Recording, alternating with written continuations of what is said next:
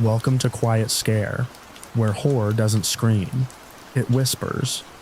These are carefully chosen, documented experiences from various sources. It's quite fascinating how true encounters can be transformed respectfully, while still preserving the original truth.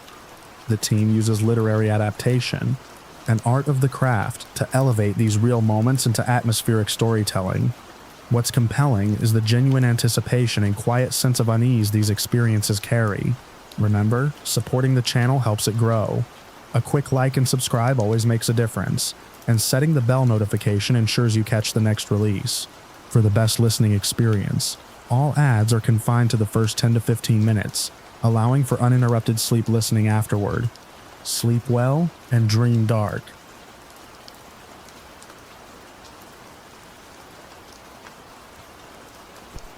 About 20 years ago, in a small village I won't name for the families who still live there, the school sat on a low hill and a shallow creek ran behind it. Children cut through the grass between the gym and the water when the buses were late. People kept their doors unlocked. I believe that meant something. I was a parent then with a daughter in the older grades. I told myself I knew her friends because I could name them. I recognized their sneakers under desks and the shapes of their backpacks. I heard them complain about teachers and rules. I heard them laugh at the wrong things. I told myself that was just how teenagers sounded when adults were nearby. I kept the emergency numbers on a sticky note that never stuck to the fridge, which I told myself still counted as being prepared. I labeled the kitchen storage tubs on a Sunday, and then forgot what I put in them. I told myself labels still help. I once spent an entire morning in the municipal office queue, only to learn I needed the exact same stamped form I had in my hand, but with a different ink color. The first child went missing on a Friday. He didn't come home after school. His mother called other mothers. The phone tree rang all night. We gathered in the gravel lot by the gym with flashlights that bounced on the grass, and we called his name into the thin trees by the creek. Someone said he liked to sit on the concrete lip by the water. Someone else said he talked big and liked to scare the younger kids. The air held that flat, cool damp that rides up from water after sunset, and my shoes sank into the bank and left bites where I stood. More children didn't come home the next week. Not all at once. From the same classes, the same corner by the bike rack, the same peer group that filled the schoolyard with noise and energy and a meanness I didn't want to name.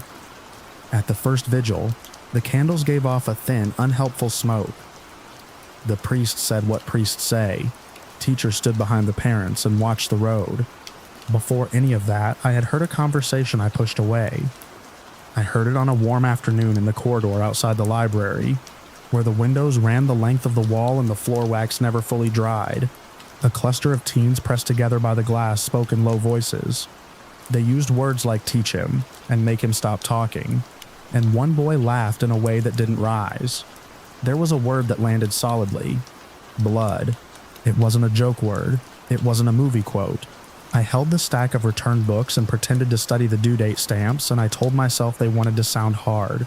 I told myself they were performing for each other, the way children do. I didn't tell my daughter I'd heard it. I didn't tell the librarian. I didn't tell the principal. I put it in the category I used for teenage talk and moved on. When the first boy was found, he was caught in the reeds in a narrowing of the creek behind a low concrete bridge that held the lane to the fields. The water there wasn't deep. In dry months, you could step across rocks. I was there because everyone was there. The police pulled braided weeds away from his jacket. The ambulance lights strobed across the water in the gym windows. I can show you where the grass had been flattened by boots, and where the silt turned to gray when they churned it up. We were kept back, but nothing hides everything in a place like that. I saw his face. I saw a dark swelling along the side of his head, and a straight line above his ear. I saw one sleeve torn. A paramedic pulled the torn cloth straight. I'm not a doctor. I didn't know more than what my stomach told me, and my stomach told me the creek hadn't done that to him. The police stood by the gym doors and spoke into microphones that a radio crew extended on poles. They said there was no sign of foul play. They said the boy had slipped and fallen. They said it was an accident. They repeated the word until people stopped asking questions. Reporters wrote that down. We stood there and let it be written down. At home, my daughter came in late and quiet. Her shoes were wet, but there had been rain 2 days before, and I told myself that could be why. I made tea. I asked if she knew the boy well. She said everyone knew everyone. I asked if she'd heard any rumors. She ran a finger along the rim of her mug and said, with a flat tone that sounded practiced, that he was a show-off and that sometimes things happen when you don't pay attention. I told myself she was repeating what adults had said. I told myself every kid tries out a cold voice. Other parents said versions of the same thing in kitchens that looked like mine. They said he was always getting into something. They said kids test limits. They said the banks get slick when the moss grows and people cut across there. In every version, the water did the harm and the adults held a steady frame for it. I went back to the corridor by the library the next day. The windows looked out to the same line of trees and the same gym roof. I stood there longer than I needed to and held a book I wasn't checking out. I watched the peer group string themselves out along the lockers. They were loud until I came close and then quiet. I waited for them to talk like they had before. They didn't. A boy with a shaved neck and careful hair glanced at my hands and then back at his friends. I told myself I was imagining the precision in that look. I wrote down what I had heard the week before. It fit in 5 lines in a small notebook. It looked thinner on the page than it had sounded in my ear. It felt smaller than what I had seen at the creek. I called the police station and spoke to a woman with a dry, capable voice, who logged a lot of calls. She told me the unit had already reviewed the corridor footage, and nothing was captured. She told me to relay any concrete information I had. I looked at my 5 lines. I didn't read them to her. Another mother said she had heard boys out by the bike rack talk about going down to the creek after last bell to sort it. She told me she thought they were planning a fight. Bored talk that flares and dies. She told me she didn't want to make trouble. We nodded to each other in the grocery aisle and put milk in our carts, and nothing changed. The funerals came. Only one family had a body to bury. The other mothers held framed photos and stood very straight because if they tilted, they would fall. The school posted a letter near the entrance that mentioned safety and vigilance and community.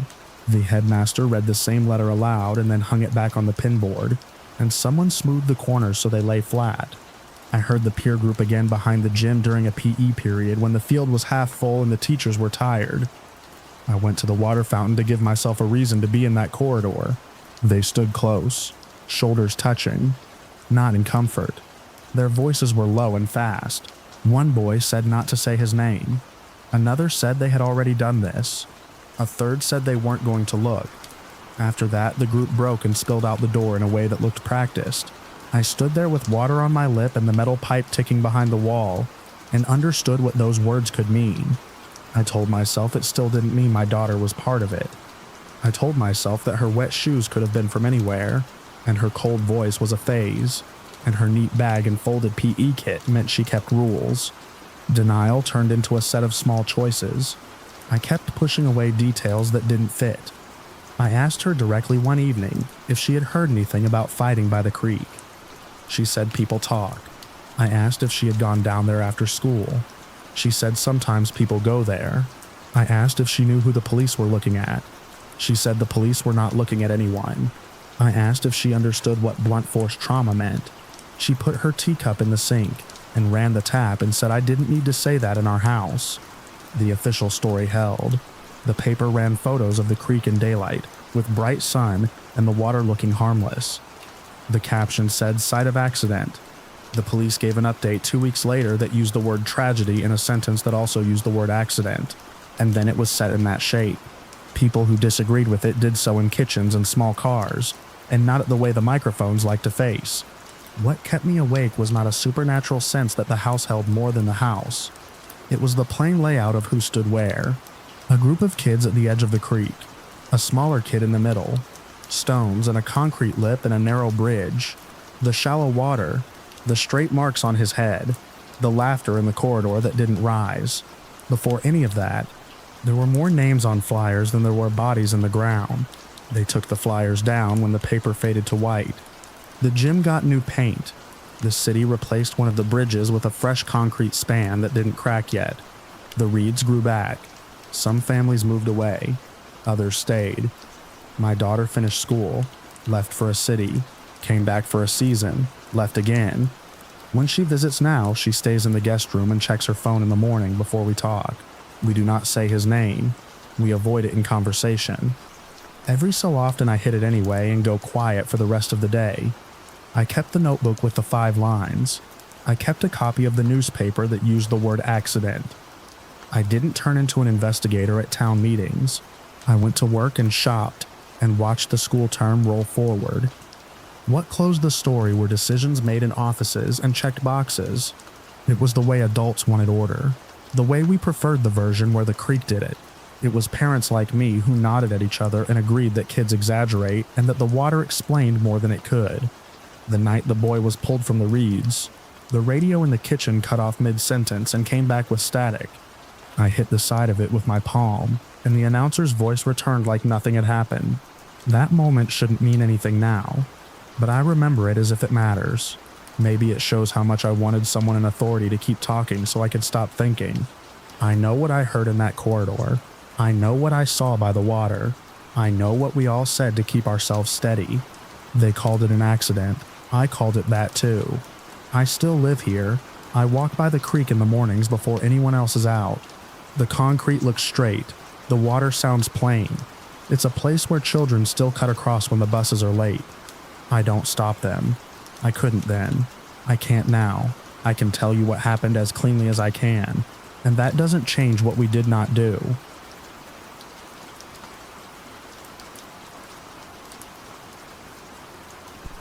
I used to think of the state park north of Concord as a place where the maples did their red show and the trails came back to themselves. Then I learned how long bones can keep a secret you don't want, and how a secret can keep a family in one place even when your body moves away. My aunt, my mother's younger sister, disappeared in the late 80s. She left her apartment in Manchester after work and never made it to the grocery store. No note, no car, just gone. The first investigation went the way a lot of them did when the last thing they had was a clock and a parking lot camera that missed what mattered. Officers knocked on doors. They made lists. They called us when the tips led nowhere. My mother ironed blouses she didn't need and slept in the living room with the lamp on like she planned to get up and drive somewhere fast. I'm not angry at the cops. They did what they did then. They didn't find the person who took her. Decades slid by in neat slices. I left for school, came back for holidays, kept my aunt's photo in a drawer I opened when I changed batteries in the smoke alarms. I joined a support group for families of missing people that met behind the reference desk at the public library. My father never went. He's good at finishing the yard work and not talking. The first time I went back to the park for myself, I told my wife I just needed the walk. That was true. Grief is a clogged thing that clears if you get your feet into dirt. I paid the $8 at the gate and put the receipt in the visor, because I was raised by a man who keeps paper. I brought a thermos, which leaked in my backpack because the seal was worn. I tightened it and told myself to buy a new one, then forgot, then remembered again when the coffee hit my lower back halfway down the yellow trail. If I'd packed better, I could have pretended this was a hike for its own sake. I stopped at the information board and took a photo of the map, even though there were copies in the box. I didn't want to explain to the ranger why I needed to. The trails lifted and dipped along a low ridge, where you could hear Route 3 as a steady hum. It was early fall. Dry leaves scraped each other. The sky held a flat light with no promise. I took a wrong turn near the picnic loop because the post with the arrow had spun. I straightened the post, then realized I had no idea if I'd aimed it right. I did the same thing once with a printer cartridge, and cost myself a morning. If you walk long enough in those woods, you start to notice man-made things. A wood-lathe bench, a sign that says no camping, and barrels, the old blue kind, heavy plastic. They show up near maintenance sheds and sometimes out beyond where anyone has a reason to haul one. The first set of remains turned up before I was born. These weren't those.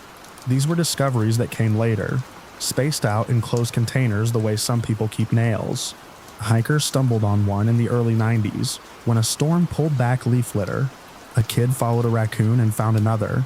Every time a closed container, every time human. They matched nothing we knew at the time. The park staff put up new chain and fresh signs and closed a section of trail. People asked fair questions and got cautious answers. Our house got quiet for a week each time the news mentioned bones.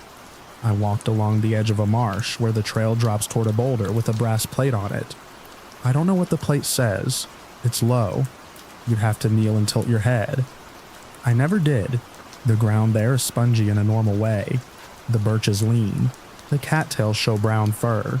You can stand and see nothing except a standard New England rectangle of seasonal color. The first escalation wasn't a noise or a shape. It was a smell, faint and cold, that lived in the back of those woods, even after years. It moved in and out like a hand pulling a curtain. I stopped and looked into the stand of saplings and told myself it was a dead deer in the wrong month, or swamp gas if that's real. I put a hand on the nearest birch and felt the ridges in the paper bark. The surface held. My palm cooled. I knew enough not to go off trail. I stayed where the path was broad and packed.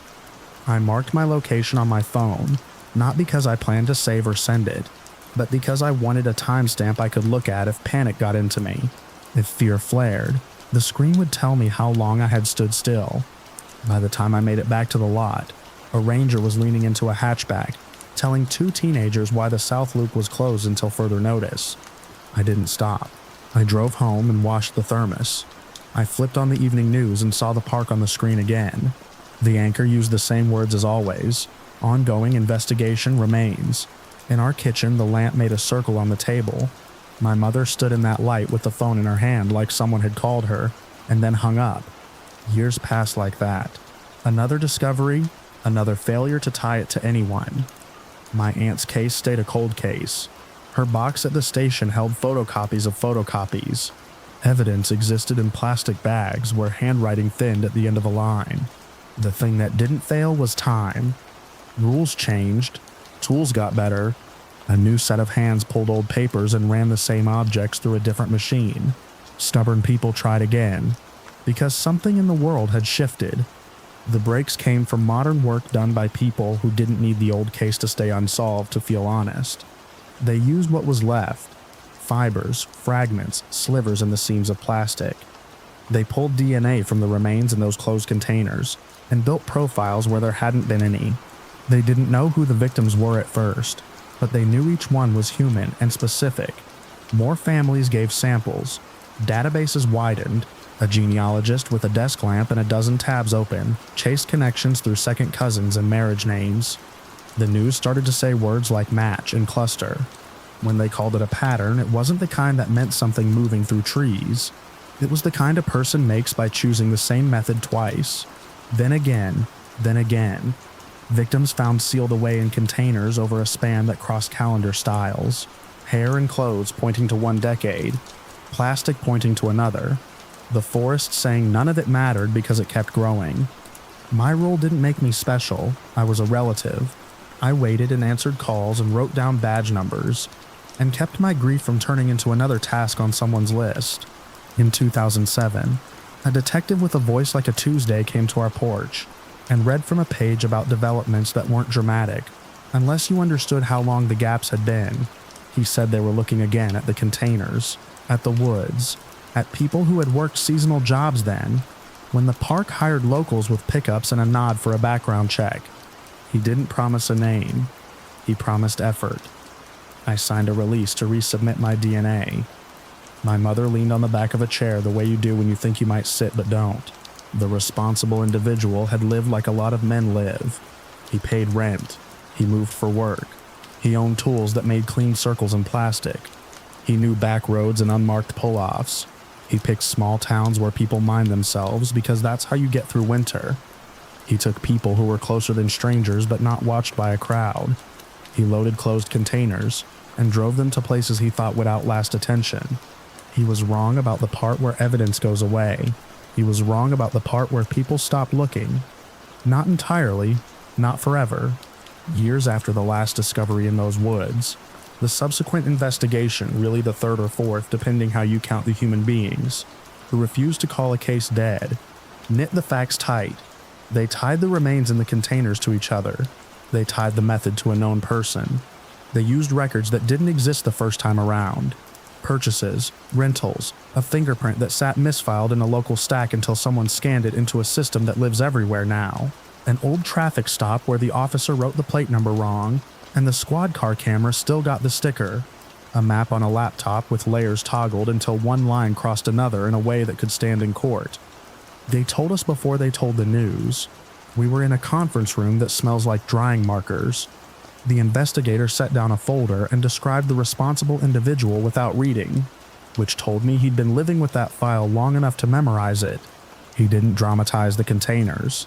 He didn't say barrels. He said closed containers found on public land. He kept his eyes on mine when he said my aunt's name, then looked at my mother and waited. She pinched the bridge of her nose and nodded once. I don't want to give you the killer's name. I know it, but I'm not the news, and I don't need to say it here for this to be true. He was charged. The state took him to a courthouse with steps that have been swept for a long time. He had a lawyer, and a face that could keep still. There was no mystery in the way he hauled weight. He was method and opportunity in the belief that no one would dig through winter hardpan again. Modern work disproved that belief. The outcome landed without drama. Unsolved became new discovery became resolution. The remains in the containers had names again. Families drove to offices and signed forms, and planned services we had been planning in our heads for 30 years without dates. My mother sat with the funeral director and chose the simple option every time. The simple option lets you stand up and go home. I went back to the park in early spring when the ground was still stiff. I kept to the main trail. I passed the brass plate and didn't kneel. A woodpecker hit a trunk in short bursts. I stood where I had stood before and looked at the space without asking it to say more than it said. Evidence had been found there more than once over a long period. It had been sealed, carried, opened, and examined. The place did what places do. The path held its line between trees that returned their leaves in their month and let them go in another. I didn't feel better. I didn't feel worse. I felt done in a way that allowed breath. The facts held. The chain made sense. The initial investigation failed to identify the person who did this. The later one didn't, because the world had changed enough to give people the leverage they needed. On the way out, at the information board, a school group clustered in bright jackets, while a ranger pointed to a trail with a capped finger. The kids laughed and moved in a direction that had nothing to do with me. In the parking lot, I wiped coffee from the seam of my backpack and finally threw out the old thermos. I bought a new one on the drive home. I wrote the date on the bottom with a marker I keep in the glove box for notes I can't trust my head to hold.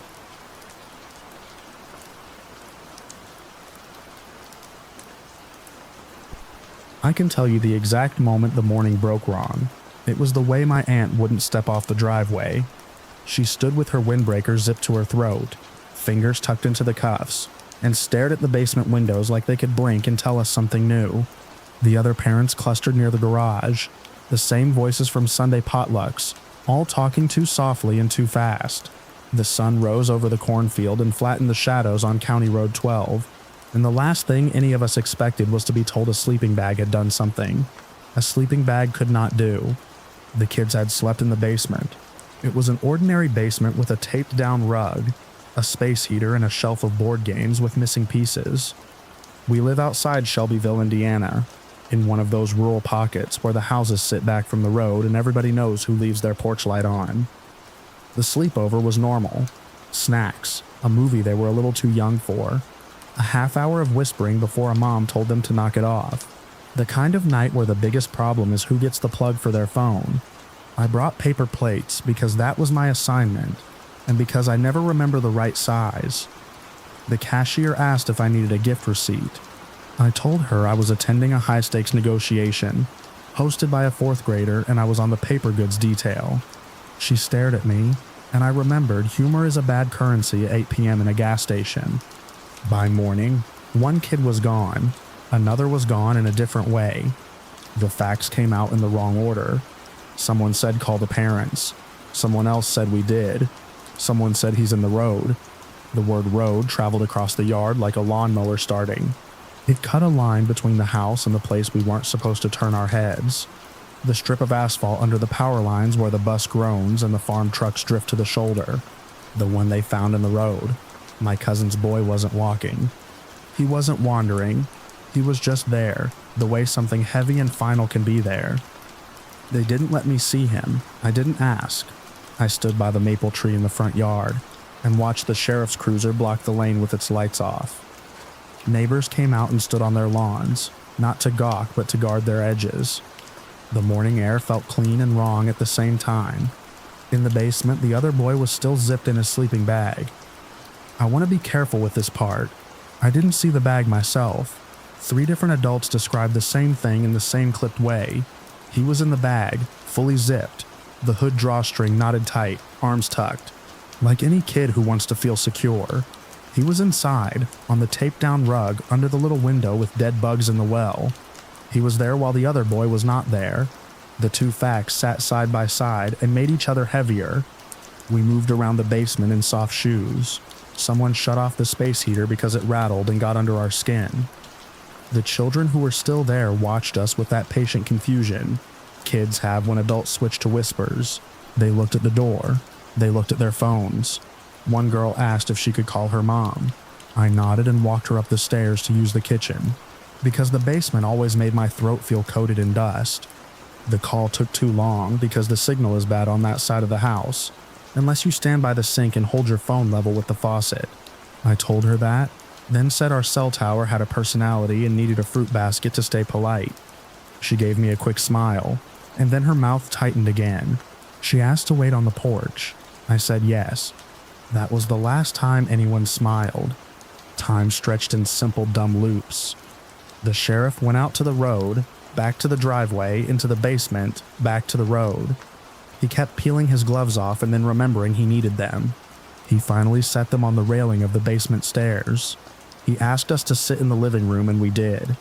He asked who had stayed the night. We told him. He asked who went home early. That's how we learned one boy had apparently walked out before sunrise. No one saw him go. The basement door was a hollow core slab with a lever handle. No deadbolt on the inside. No chain. It wasn't swollen. It had a scuff at the bottom where kids had kicked it over time. It opened and closed with a soft scrape. The latch caught each time. We ran it 3 times in a row because that was the kind of thing we could check. We mapped the floor with our hands. Who slept next to whom? Who got up to pee? Who remembers a car? Who remembers anything? The answers clinked and didn't stack. Someone swore they heard a screen door. The house didn't have a screen door to the basement.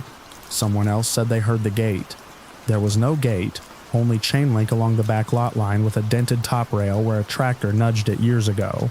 I went outside and crouched by the basement window. The grass pressed flat under my boots. I looked into the window well. From that angle I could see a strip of rug, and the bottom edge of a couch they had dragged down there. A cereal bowl sat on the floor beside a cup with a ring of purple at the bottom. I didn't see the bag from there. I stood. The light shifted with me, and a school bus rumbled past, empty.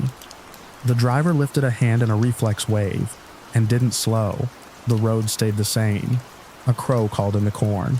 A dog 2 houses down gave one warning bark and stopped. I held my breath and listened for a sound that would sort the facts. The air went still for a half second. Then it was just morning again. Family kept arriving like they always do, without fanfare, with paper towels sooner and casseroles later. My mother pressed my hand in a way that meant be useful. So I did the list stuff, checked the cooler for water, cleared cups, noted names for kids whose parents were on their way. If you give me a clipboard, I go calm. It is embarrassing the way errands can feel like a spine. The first time someone used the word accident, we all looked down in the same instant. The sheriff didn't correct it. He didn't confirm it either. He said they'd know more later. He said the later words you say when the earlier ones sit heavy and don't move. By noon, County Road 12 had seen 3 extra cars and 1 tractor. Each slowed for the cruiser and went on. A cousin sat folding chairs on the lawn and nobody sat. Sitting made it look like we were camping on grief. An aunt whispered we'd never talk about it again after this week. Her tone made it sound like a rule we already understood. I kept going back to the stairwell. The glove sat on the rail. The door swung easy. The air downstairs smelled like dust, and the sweet stale thing you get when a lot of kids breathe in the same room. I waited for some strange pressure. Nothing pressed. It was a basement with a rug and some bags, and a couch. It was a place kids sleep. I didn't ask to see the sleeping bag. My aunt wouldn't step off the driveway. If I went down and confirmed it, it would become a private picture I'd have to carry for her. I carried enough, lists, keys, the way sunlight found the nick in the knob. Still, the zipper line sat in my head. It sat there while the rumors did their first lap. A neighbor brought a store pie in a plastic clamshell and asked about teenagers parking near the old silo. Someone else mentioned a dog, then a coyote, then a truck with no muffler. None of it matched the weight of the two facts we had. 2 kids went to a sleepover in a basement. Morning came. One was found in the middle of the road. The other was found inside his bag, secure. I didn't know why both things were true at once. I still don't. The minister came at sunset. In towns like ours, the minister manages the paperwork of grief as much as the prayers. He stood behind the unused folding chair and said what he always says about arms around each other and looking after the kids. He said talk in rooms the kids aren't in. He did not tell us what to think about the bag. He didn't try. Night came in order. Porch lights clicked on. Insects took back the cornfield. I drove home with the radio off and my hands set at the old driver's ed positions. I told myself I'd sleep through and not wake to listen for a door. I told myself the sheriff would bring a sentence we could fold into our mouths and say without choking.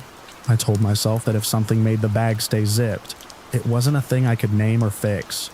In the days after, town life went on with a crease in it. People switched to smaller talk. They didn't avoid the family. They curved around the topic. I saw it in the grocery line, and at the gas pump, and in the pew. Nobody told a story with a lesson. Nobody tried to hurry meaning. It was honest silence. The official wording didn't solve it. It didn't contradict it. It was a blocky sentence with no edge to grip. The boy in the road was described in terms of the road, as if the surface could decide things. The boy in the bag was described in the passive. I watched my aunt read the paper at her kitchen table. She folded it in half without looking. She set it beside the salt shaker. She asked if I wanted more coffee. I said yes. She poured. The house held steady for that small action. Then we both looked at the window without meaning to. I avoided the house for a while. Any errand that would have taken me down County Road 12 got rerouted past the feed store and back on the old cemetery road where the gravel pops under your tires and forces a slower speed. It added 10 minutes to everything. I paid it without complaint. When I did drive past again, months later, the basement window had a new curtain. The rug had been replaced. The couch was gone. A clean rectangle of paint showed where the arm used to scrape the wall going down. I don't have an explanation. I have what I saw, and I have the outline of what I didn't see because it belonged to someone else to see. I have the yard with the folding chairs. I have the officer's gloves resting on the rail. I have a cereal bowl on a rug. And the idea of a bag that stayed zipped. The town didn't make a plaque. There was no speech. People brought food and then stopped bringing food because you stop or you turn grief into a schedule. The kids grew. They ride the same bus. They stand at the end of the lane and glance down the road like they always did to check for traffic. Some afternoons, waiting for my turn, I see them do that small head turn. It touches the center of me. Not a presence, not a message. Just a split fact with a road between the halves, and all of us keeping it no bigger and no smaller than it is.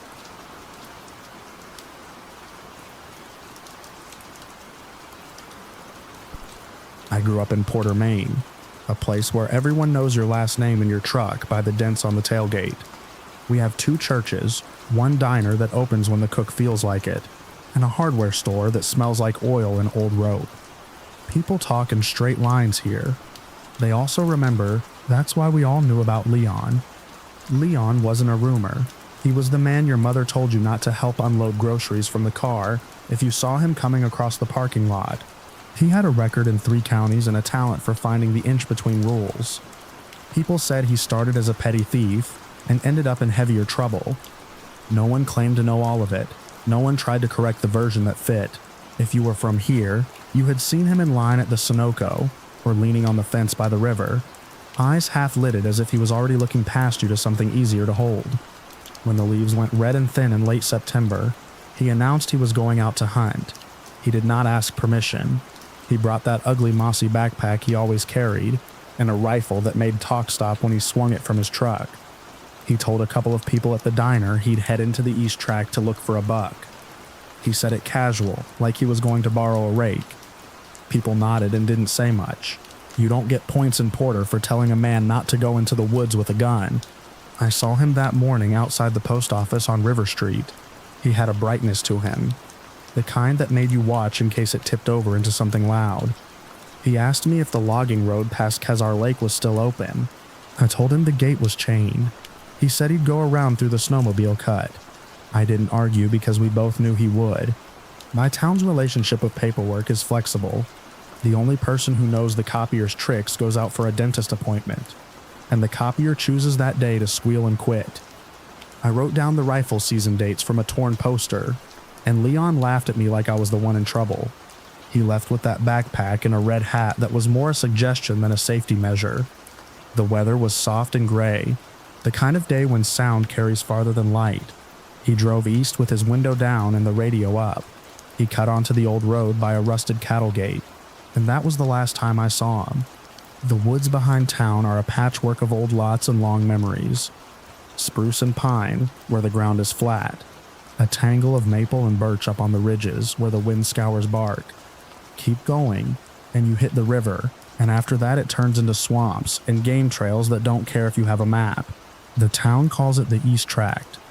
The old maps label parts of it Taylor's Parcel and Black Brook. Hunters call it good luck or bad luck and make the sign they make when they talk about falls and broken ankles. No one thought much at first. Men go in at sunup and come out when they see porch light through the trees. Sometimes they switch ridges after lunch and forget to call home. Sometimes a man wants a day where no one knows where he is. That night, the light went on at Leon's rented trailer next to the feed store. It didn't look out of place. The next night, the light stayed off. The truck didn't move. The day after that, someone noticed his dog barking at the back door, long past the hour he usually tossed the bowl out. I didn't call the sheriff right away. I thought about it the second night when I walked my own dog on Oak Street and breathed that damp bark smell before real rain. I told myself he had his reasons, and I had mine. I set my coffee on top of my car the next morning and drove a mile before I found it sliding around, and the lid never sealed so well as the day I needed it to. I turned around, grabbed a proper thermos, and went to where the itch started. The chain at the cattle gate was slack at the bottom. A tire had pushed under. The old logging road beyond it was rutted and muddy. 2 brown stripes cut into wet leaves. I parked on the gravel before the gate and walked. I'm not a hunter. I know enough to wear a cap that shows up and to keep my hands where people can see them. The woods took sound into itself the way it does when the weather is undecided. I heard water somewhere off to the right. Half a mile in, I saw the first thing that made me stop. A boot print. Size large work boot. The heel flattened one edge, like the boot had been worn unevenly. I'd stood behind Leon in line enough to know his right leg dragged a hair when he walked from an old injury he never fixed. The print had that same drift at the heel. It went forward toward a stand of pines. I followed. His tire tracks died a quarter mile past the gate where the road pinched tighter. The ruts tapered out and punched into leaves. He had pulled off into a wider place where the trees had opened just enough. Needles had collected there for years. Beer cans lived under the needles. A survey stake lay knocked over. A coil of wire rusted across itself. It smelled like old iron and sap. I found the place he stepped out. The needles held the shape of his boot. The prince walked away from the truck, and then came back. He had circled to look at where the road broke into brush, and done that small angling move you make when you check for a better way. Then he picked the path that looked like trouble and went into it. I followed. The pines gave way to low brush, and a collection of gray rocks that looked like a wall gone to pieces. The air felt colder. My breath didn't show, but my skin marked the change. Out there, you feel your pulse against your own ears. I came to a place where the ground went soft under the pine duff. Not a bog, just a spot that held water more than the rest. A pine root ran across it, slick with rot. On the other side, the boot prints were farther apart. He had stepped over the soft patch. Other marks cut the edge. A sideways scuff ended under a new layer of needles, that hadn't been there when the scuff happened. The needles were dry on top and damp below. When I brushed them with 2 fingers, I wiped my fingers on my jeans and kept going. The woods change every foot. The light shifts. The ground lifts a fraction. You lay a hand on a trunk to mark a line you can return to, and the bark you reach for is smoother than the one you left behind. I passed a deadfall with a notch snapped out of it, and pictured him stepping over. I pictured the rifle swinging as he ducked instead. Not because I knew, because your mind fills gaps with what it has. Around noon, the wind pushed steady enough to bring a sound into the trees. A light metal tap from the north. I took it for a tag on a gate. The tapping stopped, and another sound started. Bark rubbing on bark. Can sound like a word when you're alone. It isn't. It's a low voice with no mouth. I stood still and looked back the way I had come. The path I made by looking had already closed. A blue jay shrieked, and I made my choice. I marked my way with ribbon from my glove box and went farther than I meant to. I told myself I'd go to the creek and then turn around. The creek wasn't a creek. It was a run of dark water that slipped left, under a tangle of roots, and returned with leaves stuck in the slack. Someone had hung a trap farther up once. The wire was still stapled into a low branch. The staple was orange with rust. The wire hissed in the wind. I found more prints at the edge. They faced the water and then moved parallel to it, as if he had changed his mind about crossing. A spot of flattened leaves marked where something had sat. Another patch showed leaves scraped together in a rough oval. Camp without a fire. A rest without a meal. No cigarette butts, and Leon always smoked. No wrappers. The emptiness had a weight. On the second bend, my breath turned sharp and thin. The path tightened between 2 cedars. The space between them was wider than my shoulders, but not by much.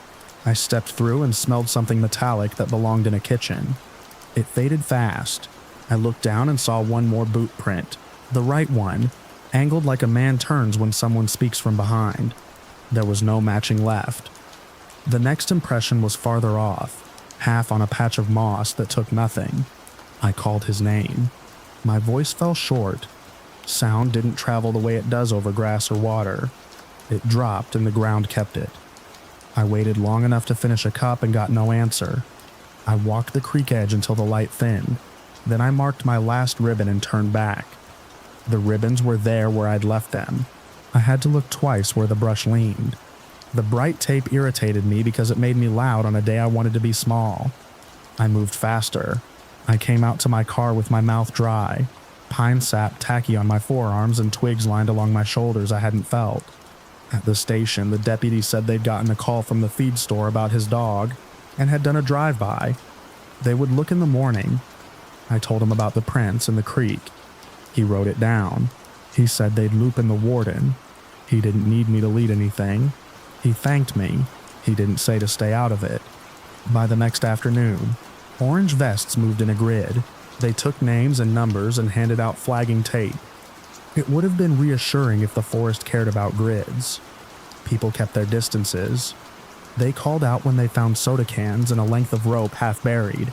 A man from church got excited over a shopping list, until he realized it had been glued to his boot since August. A warden looked at a scuff near the soft ground, and set his jaw like he was filing a possibility he wouldn't say out loud. They worked 2 days. It rained once and dried twice, and the wet bark smell clung to everyone's clothes. They brought a dog for a morning. The air was messy with water and time, and the dog worked a circle and then lay down with his flank heaving. The handler sat with him and reset the rope. On the 3rd day, I walked a ridge I hadn't been on yet, and saw a red knot in the ground cover, not thread yarn, like a kid's hat tie. I bent for it and my kneecap ticked where I've cracked it on the same shelf twice.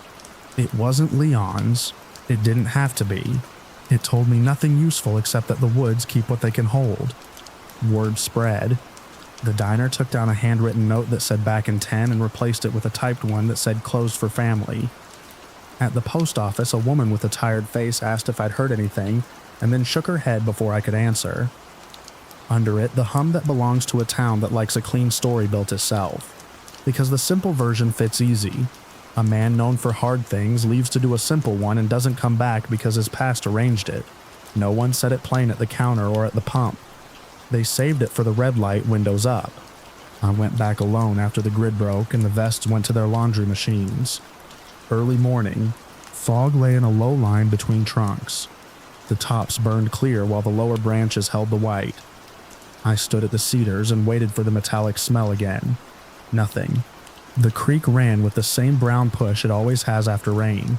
A leaf turned in a circle on a small back current and then slid under the root tangle. I watched it go because it was there. We did not find Leon. We did not find his rifle. No one held up a scrap of fabric. His trailer went quiet. His dog went to a cousin 2 towns over. The truck got impounded, and later you could ask at the county lot and a man would check and tell you it had been claimed. He wouldn't say by who. In a place as small as Porter, absence makes its own kind of noise.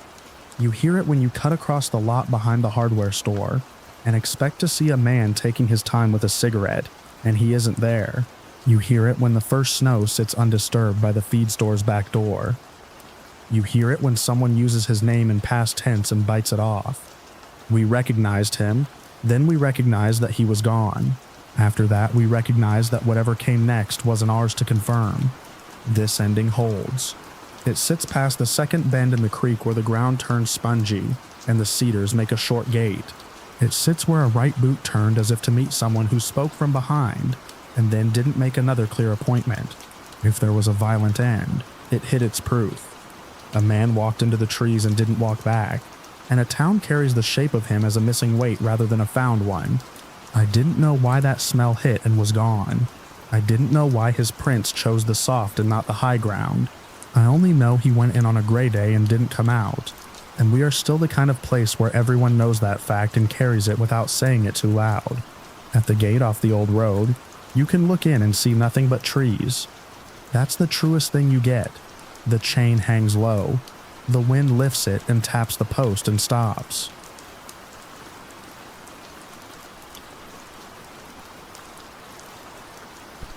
I live at the bottom of Bellevue Hill in Asheville, North Carolina, 2 blocks from the library, 1 block from the school. The road looks level from my porch, then drops. In summer, headlights smear into the dark and disappear. In winter, fog slides down the slope and sits on the asphalt. It gathers there. It hides things. I'm not a cop or a pastor. I schedule repairs and keep checklists. My days bounce between a clipboard and a flashlight. I'm good at preventing the second bad thing after the first bad thing. That's my lane. The night it happened wasn't a holiday. It was a weekday. I pulled my trash bin to the curb late and stood there deciding if I should report the miss in the city app or roll it back and hope next week behaved. I rolled it back. It saved 10 minutes and 3 screens that never load on the first try. The fog came fast. I know the heavy kind that takes away depth. Porch lights glowed, softened, then dimmed. I heard the hill even when I couldn't see it. Engines downshifting, brakes easing, tires ticking over old tar seams. My breath pushed into the white and vanished. I went inside and locked the side door. The cat sat by the fridge and stared at me like I was late on everything. I set the kettle on. The radar showed nothing. Fog doesn't show up on radar. It should, but you can't file a ticket for that. The first sound was a low thump. Not loud, not metal, not a slam or a crash. Soft and wrong. It came from the road. The windows carry that sound and hand it to you. I stepped onto the porch. The fog erased my shoes at the laces. Headlights swam at the crest. The next thing was a breath I didn't take. A car idled. A door opened. The hinge creaked. The driver said a word without volume. I went down the steps. The rail was slick. The air felt cooler at the bottom. I kept my right hand on the mailbox to stay oriented and moved along the shoulder. Porch light smeared into the fog and died at my knees. A long, still shape lay in the road. The driver's door stayed open. I couldn't see the driver's face. I bent.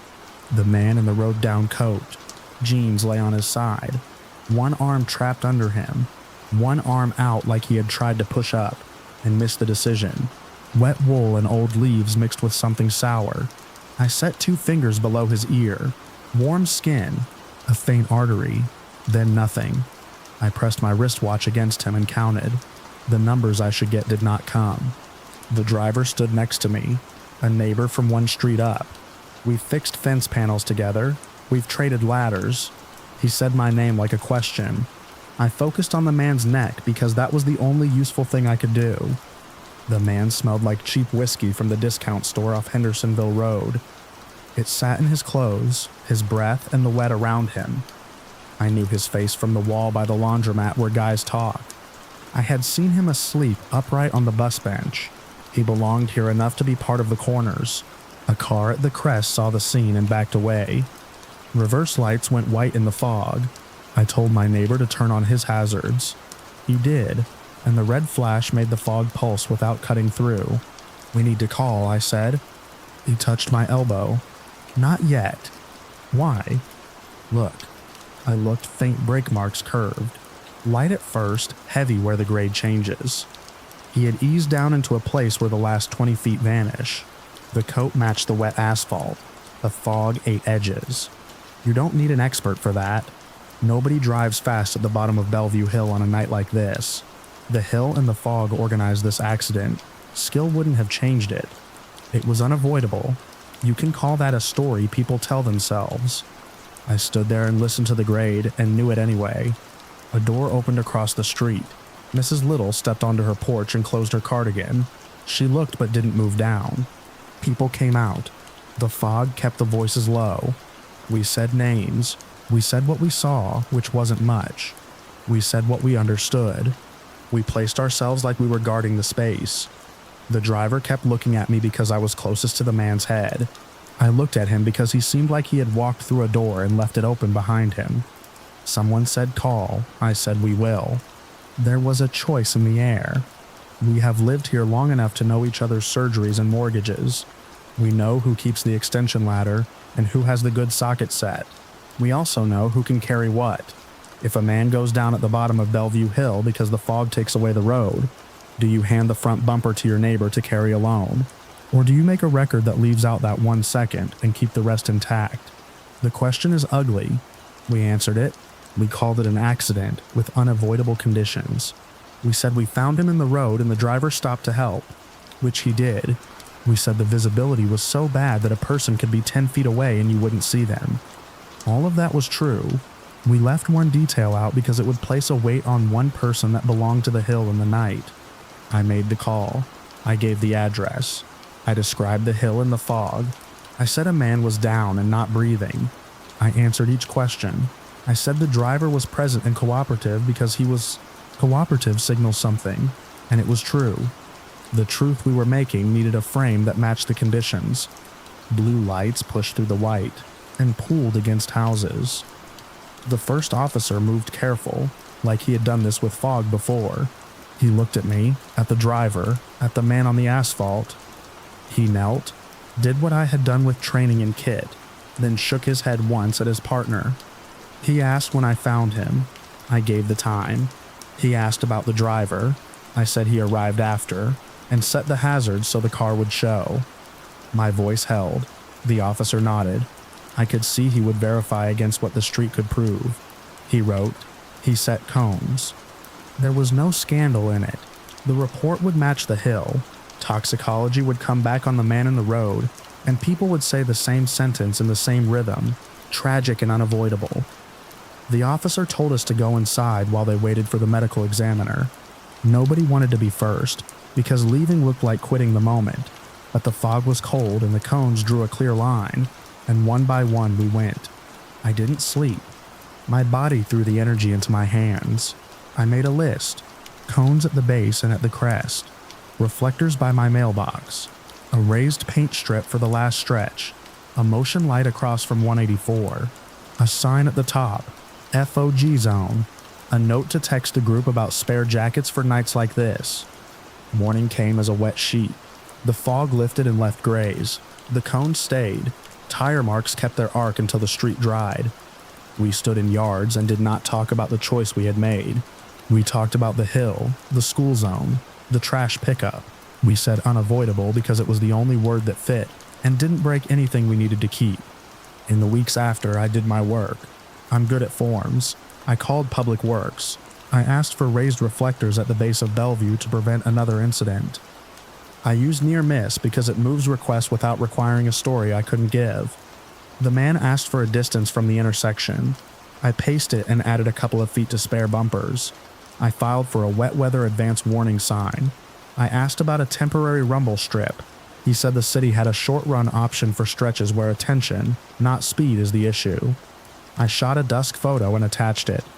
The portal made me enter my address 3 times, because it tried to relocate me 7 counties away, and arguing with it felt like arguing with a stack of bricks that brought notes from a committee. I printed flyers. Fog collects at the base of Bellevue. Use low beams. Break before the crest. My printer failed on every 3rd sheet like it owed someone money, and wanted to lose it slow. I went door to door. People took flyers and put them under fruit-shaped magnet clips on their fridges. They knew what had happened without knowing what we had said. You can call that cowardice. I called it a choice with a cost that morning, and I paid a share of it. The police came back later, not to arrest anyone, to ask about lighting. The same officer stood on my porch at dusk. No fog that night. The view looked harmless without the condition. He said the man had been intoxicated enough to lie down in the road. He said they checked nearby cameras and saw no reckless movement. He called it tragic and unavoidable. He said accident like a weather report, not a verdict.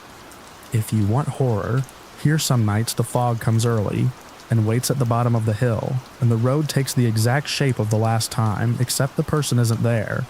The empty space matches the full one.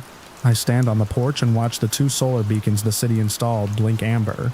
They are not enough, and they are more than we had.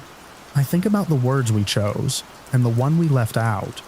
I don't know if we kept a decent man out of a courtroom he didn't deserve, or kept a detail out of a record that should have recorded it. I know the driver didn't run. He stood in the fog and watched a life leave. I also know the man in the road wasn't a faceless problem. His name showed up later on a neighborhood thread when we asked for volunteers to hand out flashers, and someone posted a photo from a summer cookout. He held a paper plate and squinted at the sun. We didn't say his name on the sidewalk the next time cones got knocked aside. We put them back. We carry the truth we built, and the one the hill laid under it. We got the reflectors. We got the sign. We trained ourselves to use low beams and fog. We include a flyer with lease packets for new renters. I bring my trash bin out early and leave it at the top of my drive when the air feels like milk. The city sent a thank you email 2 months late with my name spelled 3 different ways.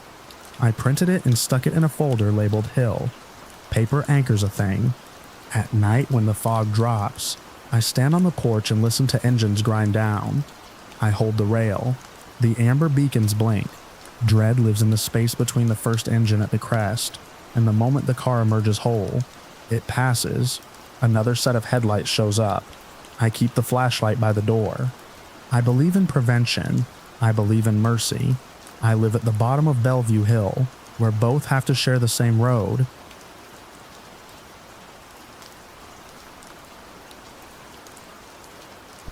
I was 22 when the plant burned.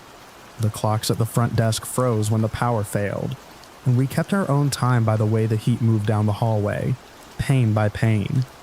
We worked the early shift at the rendering line, chicken, mostly an old brick building south of town, off Highway 41, the kind of place you pass on the way to Dollar General and never think about until the wind shifts. We knew the exits because management made a point of it. We knew them because they were chained. On paper, they said it was to stop theft. The foreman used bigger words at the morning safety talk and said inventory control. The chain said no. The padlock said later. I took the job because it paid a little more than cash registers and daycare, and because the hours lined up with my mom's dialysis. We were a small-town crew, cousins, church friends, new folks staying in motels by the week, people you would see in the Food Lion parking lot with their hands on their hips, squinting at the receipt. That morning, I was on the pack-out end with Juanita and Rick. We always called him Rick, even though his name was Richard. He said Rick sounded faster on the line. He had a wife who worked at the library, and 3 sons who left their bikes in the front yard as if they would ride them again in 5 minutes. I kept my hair in a net that itched even after 2 washings. I kept a small prayer card in my locker. under a magnet shaped like a peach. My mom said I could tape it inside my hard hat, but the plant had a rule about stickers, and the man who checked hats had a way of making a rule feel like it belonged to him. Once he turned my tote bag inside out because something looked like it might be glass. It was a travel bottle of lotion. He told me to toss it. I nodded and threw it away, then had to write up a request form for a new one because my hands cracked in the cold room. The form took longer than the job. That felt like the point. We clocked in and the second shift clocked out, and we did the awkward dance in the hallway where one group wanted to run and the other wanted to go home slower, in case Speed invited the day to ask for more. No one joked about the chains. We joked about coffee. We joked about the vending machine that ate singles. I had a quarter in my pocket to try my luck, even though every time I walked past those machines I did the math on how many bags of chips added up to a gallon of milk, and ended up annoyed for no good reason. The heat came in a way that didn't fit the work. We knew heat. We knew the curve of it off the smokehouse when someone forgot to crack the door and vent steam. This had direction. It came up through old ducts and out the vents along the ceiling, and the air turned oily and sharp. Rick looked up and said the line should stop. Juanita hit the emergency run stop and got a thumb for maintenance. Someone in the front office voice paged for Mr. Doyle, which meant he wasn't at his desk. If he wasn't at his desk, he was outside smoking where he could see both parking lots at once. We went for the exit at the west wall because it was closest, and because it opened onto the lot with a tall chain link where the wind didn't trap smell. The door had the same chain it always had, looped through the panic bar and around the handle, and the lock had a fresh shine like it had been replaced last week. We knew right away there would be no quick fix. Someone yelled for bolt cutters. Someone else yelled that the cutter was in the office. I hit the bar with my shoulder and felt how solid the chain was. It didn't even rattle. Smoke crawled in, and then rushed. Filters on the overhead vent snapped, and a soft rain of grease dust fell. We pulled our shirts over our mouths. Not because it would help much, but because you do what you can. And I thought of the safety video that told us to walk, not run. The other exit was further than it should have been in my head. We moved anyway. The hallway narrowed in memory. Alarms came on 3 beats late, and the sound flexed with the power. A forklift somewhere kept beeping like it was stuck in reverse. I could hear bare hands on metal. Our breath got loud. Someone called a name and then another. The heat made our eyes tear, so we moved half blind. I kept one hand on the lower railing and another on whoever came up behind me, because skin told me more than my eyes did. I said this way, not because I knew, but because it helped to have a line to follow. We hit the second exit, the one by the freezer. It was chained. The lock looked older. The sign above it had fallen crooked years ago and stayed crooked through 3 supervisors. I kicked at the bar and felt the hollow give of the door. One choice on one chain held the difference between inside and outside. People went down. Others lay down because they couldn't stand anymore. Some of us shouldered into the freezer because cold air felt like a thing that could save us if we could touch it. The door opened and the first 3 inside turned back out, because smoke goes where air goes. I made a choice and steered for the front hallway. Daylight showed in the seam where the main doors met. The glass looked black and then silver. Heat makes everything reflect. A pallet cart sat sideways across part of the floor. 2 people tripped and we picked them up. My lungs shifted from not wanting to pull to demanding it. The difference was a switch. Outside, the sirens never got sharp. They came, and then the pitch drifted as if they were on the next street. I crossed the threshold and my foot slid on something slick. The air was still not good, but it was air. I put my head down and coughed until I thought I would throw up. The grass by the front sign was patchy. Dew had burned off the edges. I pressed my hand into the dirt because dirt felt like an idea I could hold. The sign said Doyle Foods and below it said quality you can trust. The letters tilted because a delivery truck had bumped the post in April, and no one had fixed it. People came out in waves, and then the waves stopped. The head count never found everyone. Someone screamed. Someone's scream cut out mid-breath. A second shift man was on his knees. Smoothing his gloves flat on the asphalt like he could get back to the last morning, he set them down carefully. Instead of in a rush, I did not look at the windows above the rendering room. The first confirmed escalation of my life was understanding the doors were locked by choice. It had nothing uncanny in it. It had a chain and a lock, and a name on a clipboard that said who had the key. Fire runs fast, and then slow, and then fast again. The pieces of that morning do not line up clean. A woman from the chicken line stood by the road and tried to flag down cars because she thought cars would have fire extinguishers. The cars slowed and looked and moved on. It was the early 90s. You saw smoke and figured someone was burning brush after rain. I walked to the edge of the lot and back. I bumped into Juanita and we held on. Her hairnet had melted to a thin ribbon at the edge. She said the baby's at daycare. I said I know, and held tighter. County trucks came. Volunteers from down by the river showed up in shirts they kept in their pickups for times like this. They ran hard, they did what they could with water that hit hot metal and turned to steam. The air pushed us back. The heat found our backs. The smoke drifted toward the high school and then away. It was a small town. We all had somewhere to be, except now we did not. After the fire comes the list. It gets read in public and in private. Names get printed in the paper and set at church. You count who you know. You count who you almost knew. You stand in the spaces between names. Someone said 49, then a smaller number, then a bigger one. We knew more than numbers. Numbers from a place like that come slow. I went home and set my hard hat on the kitchen table, and my mom placed her hand on it and then moved it aside to lay out her pills. The hat left a pale ring. I wiped it with a damp cloth. The ring stayed. Compensation got set in town like it meant repair. You say it and expect someone to be made whole. Then you see what it covers and where it does not reach. Families filled out forms. The forms asked for every dependent, every bill, dates of birth and dates of death. They lined up at the county building where the lady at the front desk wore a flag pin. I went in with Juanita because she didn't want to be by herself. The door stuck halfway because the carpet curled near the threshold. The county hadn't fixed it because the man who fixed things was on medical leave. The lady asked for a document not mentioned in the flyer. We went home and got it. We came back. They took a copy and told us to wait. The waiting went long, then longer. Some people got checks that looked decent until you divided by months and by the number of people who needed food. Some got nothing because the company said the person they lost was paid by the piece, not by the hour, and the insurance did not cover that. I sat at my kitchen table and filled out my own claim for lost wages, and got a letter 2 weeks later that said I had been let go for cause. The cause said failure to follow safety directions.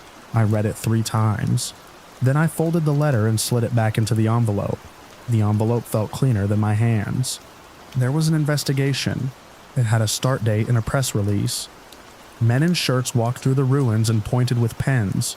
They took photographs. A woman with a short haircut and a hard voice asked us to describe the chain. I told her the color and the thickness, and that it made no sound when the bar hit it. She wrote it down. We sat in a room with coffee cups and store-brand creamers. We told them how the doors were locked. We told them how foot traffic got routed after they moved the racks.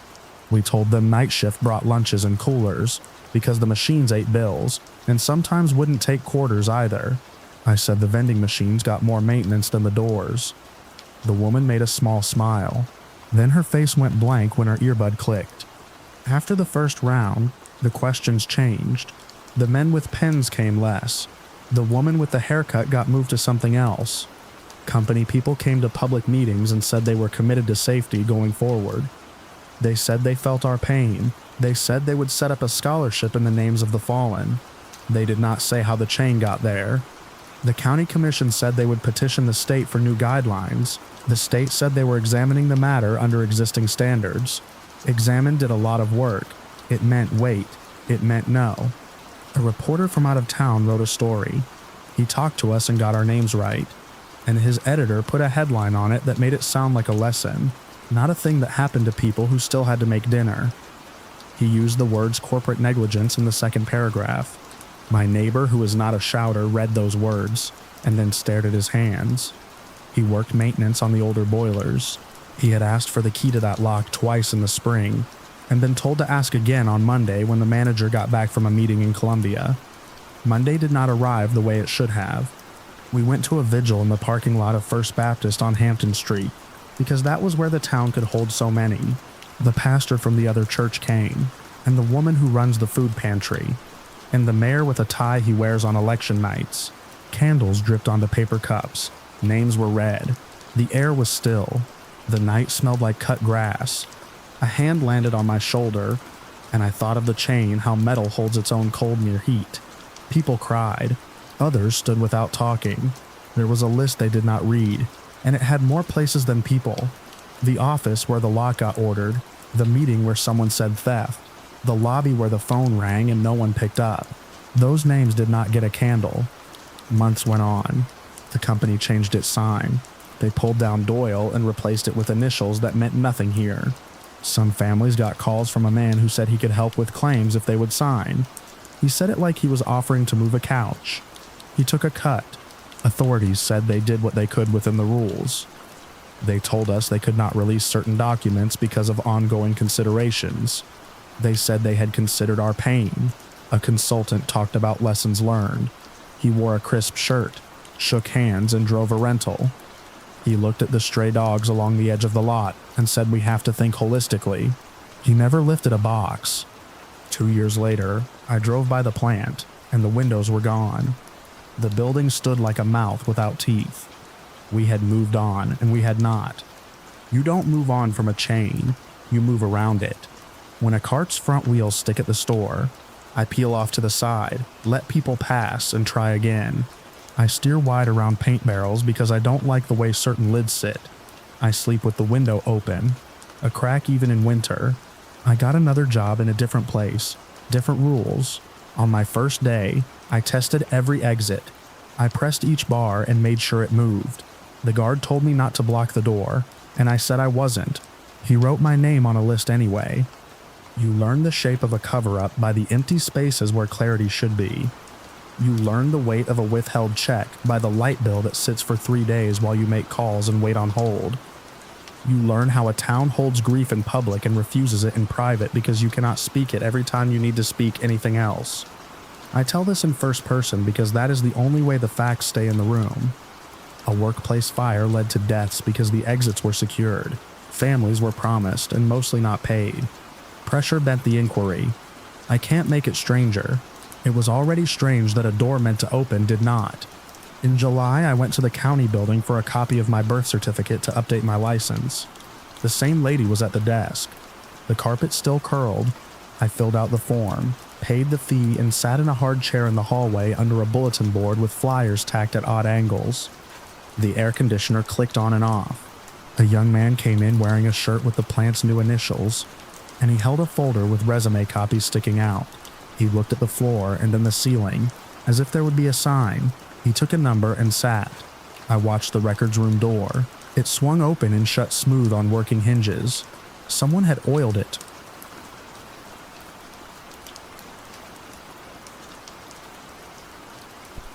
I drove the switchbacks because a county archivist in Gunnison said I could shoot the exterior of the old state hospital before winter fencing went up. Locals called it the Ridge. It was a row of brick buildings tucked into the shoulder of a mountain, past a gas station that sold elk jerky and ceramic angels. This was a simple documentation job, patterns of brick, light through busted windows, the way a place fights weather. I believed that until I saw the boxes. I keep a laminated checklist for trips like this, because I spill coffee like it's a personality trait. I carried a spare battery in my back pocket, and a folded note from my sister telling me to eat real food.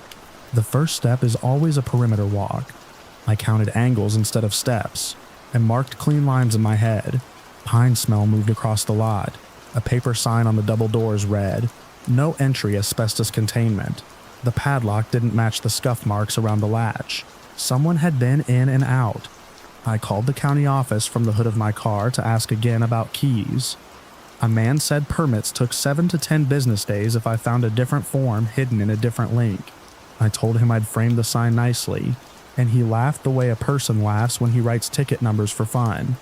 I walked to the back of the main building where a delivery ramp dropped to doors with wired glass. The wire inside the pane had snapped in a few squares. The door wasn't locked. I pushed with my shoulder. It stuck, then gave. The interior air felt old in a way my lungs recognized and didn't like. I shot the corridor with my 24mm. Slow steps, angles that would read in sequence. I kept quiet. I told myself I was here to show history as it sits. Then I found the records room. The door had a hand-lettered label. Receiving. A box fan on the floor pointed at nothing. Metal shelves held file boxes. A rolling cart carried newer banker's boxes with fresh tape and a clean packing slip. New cardboard reflects light differently. It also wears a font no one used in the 70s. The top box said consent, 2016's 2019. The next said transport logs, satellite, Miller Creek. I took one photo, then another, close on the label for later. I shouldn't have opened anything. I opened one. Inside were forms with checkboxes and typed procedures that matched the old pamphlets. The archivist had shown me 2 days earlier, the ones we chalk up to another time. These forms had current dates and initials in black gel ink. The procedures weren't passed, they were active. A cartwheel clicked in the hall and stopped. I put the lid back on and pressed the tape flat. I shot fast. I framed labels, barcodes, the receiving desk log on a clipboard with the top sheet half filled. The handwriting matched the initials on the forms.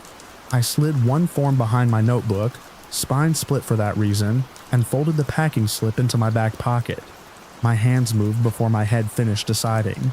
I slipped the memory card for my main camera into an empty packet and tucked it into the elastic of my sock. I put a fresh card in and shot wide frames only. Nothing close, like I'd taken architectural shots and nothing more. An interior door closed somewhere ahead. Slow and heavy. Old wood swells and transmits sound through the frame. It raised the hair on my arms because it meant someone else cared about a door being closed. I eased down the stairwell. Concrete steps. Metal rail. Paint flaking in long strips.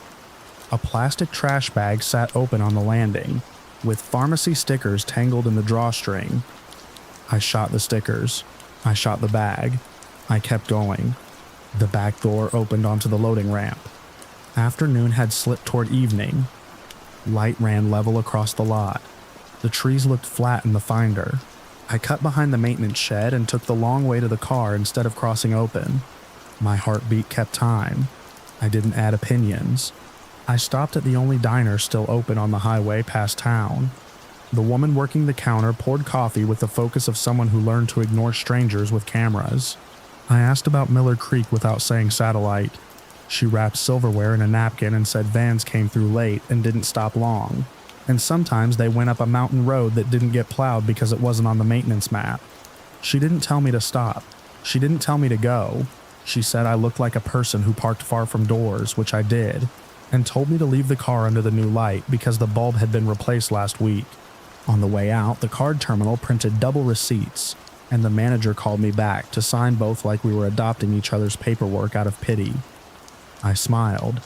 I didn't show teeth. I didn't sleep at the motel. I set my camera bodies on the desk and copied the day's files to 2 drives. I labeled one with tape and wrote a fake name.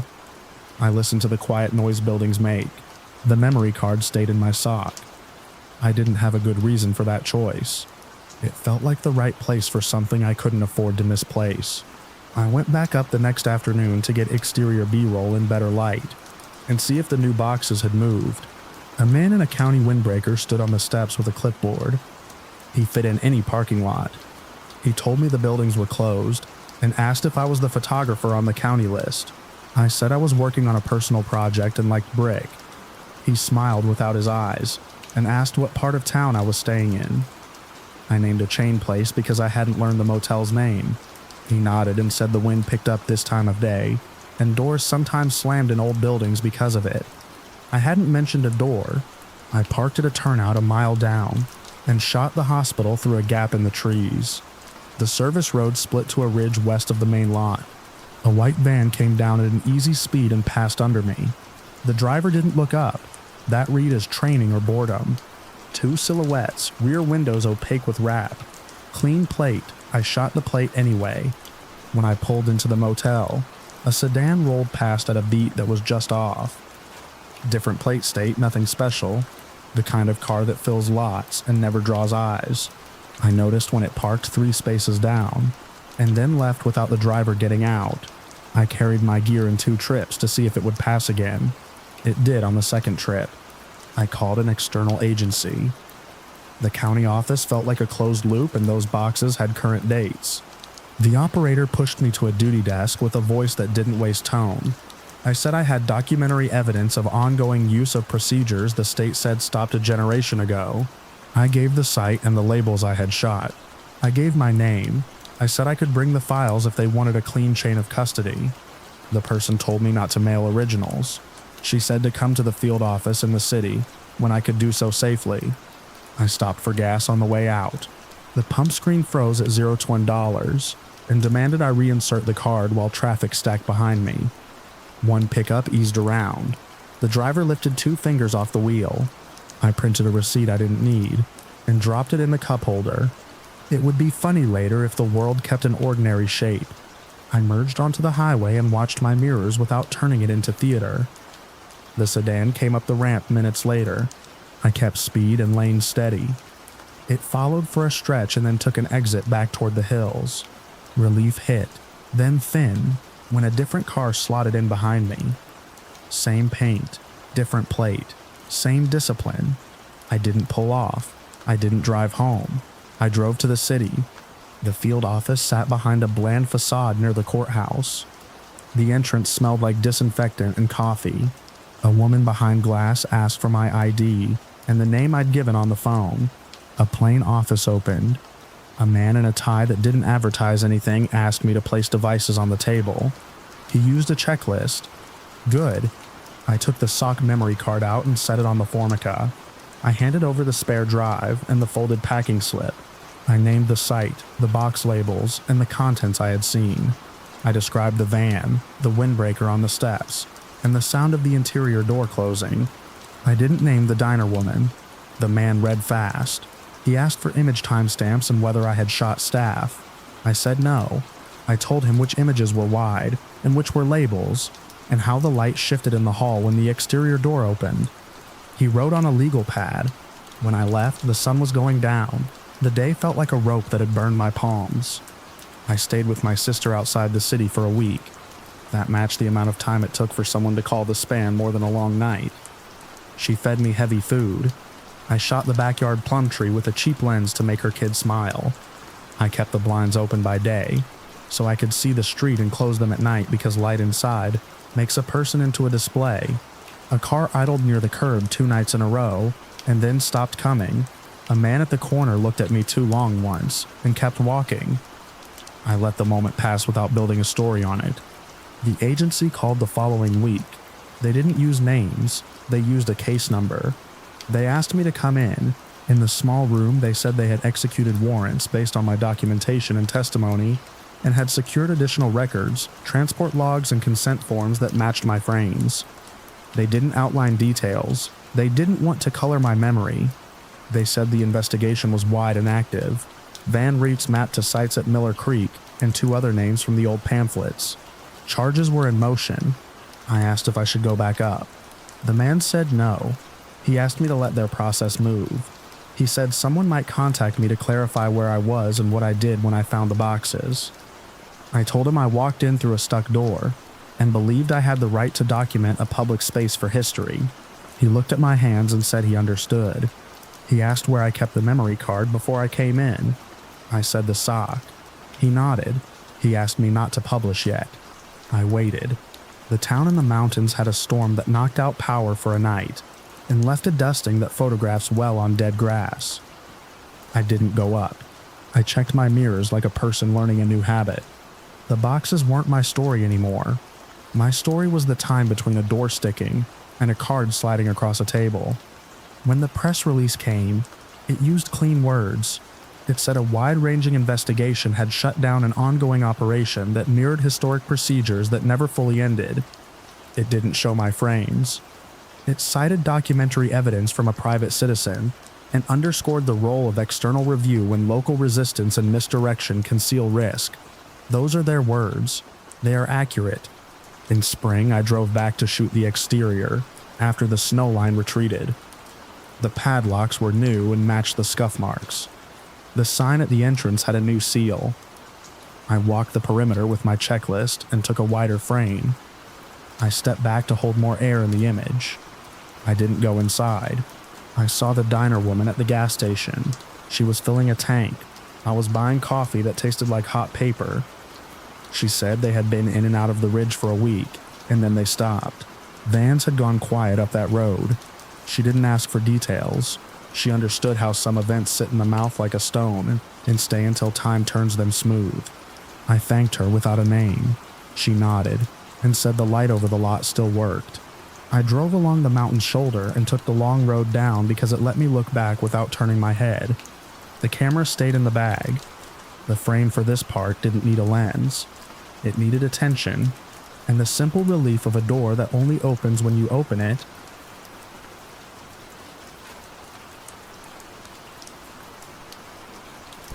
I cut through the schoolyard most nights because it saved 5 minutes, and I am the kind of person who will step over wet grass to beat a light. The yard belonged to Lincoln Elementary in our small town in Massachusetts. The shortcut ran through a gap in the chain link, over a small field, past a thin line of trees that pretended to be woods, and out to Maple Street. I closed the hardware store, switched off the front sign, locked the roll gate, and took the path, because I knew which slabs were loose and which porch lights stayed on. In early spring, they put in the memorial. At first, I thought it was just a new swing set, fresh posts, a clean rubber mat that didn't have the usual gum fossils. Then I saw the plaque. It was brushed bronze, bolted to a low stand right beside the swings at kid height. It had a name I didn't know, dates, and the phrase "tragically taken." It also said the school and community had approved it. I told myself I'd look up the name, and then spent the rest of the walk counting my till in my head and wondering if I could wait another week to change my oil. I forgot my lunch the next morning, even though I stuck a note to my phone. That is my system. It performs like my printer on tax day. The story came from Mrs. Cobb when she stopped by for potting soil and a break in the air. She said the woman on the plaque lived on Ash Lane, 3 blocks from the school. Years ago, the woman and her husband were killed in their house at night. An assailant used a blunt tool to break a rear window and get in. It wasn't a robbery anyone could prove. The police never found the person. One of the victims made it outside and was pursued into the yard. She said pursued like she had sand in her mouth. She explained the plaque was for the wife because she volunteered in the reading room. The school approved it. Kids still use that corner of the yard. The swing seat squeaked because everything does for a week until it warms up. I bagged her soil and kept my tone normal. The facts sat in a neat row. Unknown person, night entry, blunt tool, 2 dead, 1 chased, no arrest. I didn't add what I didn't know. I didn't know why that house. I didn't know why nobody saw anything. I didn't know how close the neighbors were. I only knew a plaque now sat beside the swings. That night I cut through the yard as usual. The thin trees made a dark strip between the grass and the first backyards. Porch lights were on along Maple. Somewhere on Ash Lane there was a house with a replaced pane and patched trim. I didn't look for it. I stayed on the trampled path between the slide and the fence. A PTA flyer had been rubber banded to a swing chain and flapped once in the breeze. I didn't stop at the plaque. I let my eyes hit the name as I passed, because that's what eyes do when something reflective sits in light. I said the name in my head to get the sound right, and then kept moving. Groceries, I told myself. Milk, flour, paper towels. Call my sister about Sunday. Keep a steady pace. 2 days later, there were flowers under the plaque. Grocery store bouquet, paper wrap, a little browning on the petals. There was a drawing in a plastic sleeve taped to the stand. A child had drawn a person with a round head and a smile, holding a book. The letters under it were big and careful. Thank you. I stood long enough to read it twice. A car door shut on Maple. A dog barked. A basketball hit a driveway up the block. I put my hand on a swing post. The paint was smooth. We stocked that exact paint in our store. I had put the cans on the shelf that morning. The next day I looked up the names. The articles were old. They repeated the same facts. Authorities seeking tips. Neighbors stunned. One said no signs of forced entry. Another mentioned glass fragments at the rear door. I stopped trying to square it. The core was clear. A married couple killed at night. One chased outside. No suspect identified. The plaque sat at kid height beside the swings. I closed the tabs and went to work. A contractor called about returning a ladder without a box. He had a delay on a job site and a story about receipts. I told him to bring it in, and I would see what I could do. He wasn't lying, I wasn't a hero. We both needed 9 o'clock to happen and then be over. That evening, the PTA had a meeting. I could see the cars through the cafeteria windows from the yard. The panes glowed in a row. I kept to the grass. The ground was uneven, and I thought about my ankle and my bad shoes. I reached the swings and paused. The paper sleeve around the drawing crinkled. Light from the custodian's door glanced off the plaque. I pictured a back stoop on Ash Lane, a tire track in dirt, a noise at a window and glass, a person running, another person behind them. I didn't assign faces or a reason. My scalp tightened. I looked at the school to reset and watched a parent wedge the cafeteria door with her shoulder, so someone behind her could get in. The door swung shut once she went through. I ate tuna on toast at my small table and set my phone face down. Kids yelled on a porch somewhere and then a parent called them in. My bedroom light flickered and then held. I slept with the kind of sleep that feels thin, even when it isn't. Over the next week, the memorial became part of the map. If you cut through with someone, you nodded at it. If you were alone, your eyes took it in anyway. The swing chain squeaked less. A trash bag for offerings showed up, and then someone replaced it with a small plastic bin with a lid. Parents specialize in turning unofficial into official without asking. A man came in one afternoon with a framed photo of the wife and asked for anchors that would hold in cinder block without splitting his frame. He said it was for the reading room and that he had permission. He was calm and had a list. I showed him the anchors and asked what drill bits he had. He said he would be careful. He paid cash and left. The bell over the door rang and then stopped. I stood there for a beat and listened to nothing. Friday night, I went around instead of cutting through. I didn't have a reason. The gap in the fence was the same as the day before. The yard wasn't darker. I walked down Maple under the streetlights like a person with time. I looked through the fence anyway.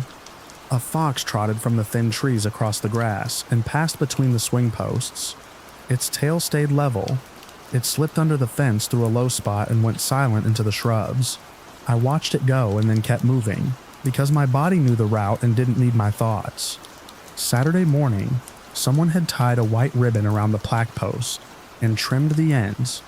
A girl in a denim jacket stood there with her mother and read the plaque out loud. The mother's lips moved with the words. The girl kept her hands in her pockets. I walked past them and went to the store. I unlocked the door, turned on the lights, and counted the till.